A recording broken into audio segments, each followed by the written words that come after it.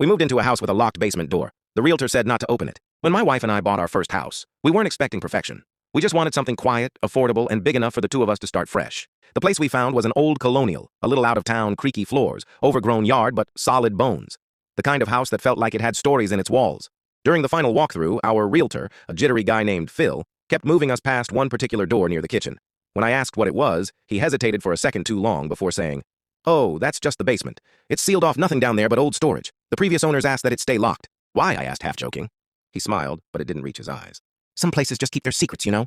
I thought he was trying to sound mysterious, maybe even superstitious. We laughed it off and moved in 2 weeks later. The first few days were normal. Boxes everywhere, paint fumes, that strange mix of exhaustion and excitement that comes with a new home. But the door started bothering me. It was plain, just an old wooden door with a rusted brass knob and a keyhole that looked hand-carved. The edges were painted over, as if someone wanted to make sure it stayed sealed.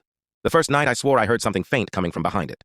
Not quite a sound, more like the sense of sound, a low vibration that made the air feel heavier near the doorframe. When I pressed my ear against it, I could hear breathing. I told myself it was just the old house settling. Pipes, maybe. Airflow. That's what old houses do, they make noises you can't explain. But the next morning I noticed something strange. There was dust everywhere in the kitchen except for a perfect, clean half-moon shape right in front of the basement door. Like someone had been standing there. Over the next week, little things started to happen. We'd find items, moved shoes placed neatly by the basement door, even though neither of us had touched them.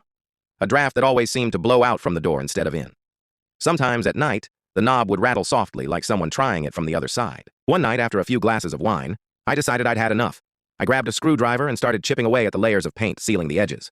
My wife begged me to stop, but I told her we couldn't just live with a locked door in our own home. It took nearly 20 minutes to break through the paint and pry the hinges loose. When I finally pulled the door open, a wave of cold, damp air rushed out thick enough that it made my eyes water. The basement was pitch black. I could see the top of a wooden staircase, but the light from my phone didn't reach the bottom. The smell was awful, like old dirt and mold. I started down the steps, one creaking board at a time. When I reached the bottom, the basement wasn't empty.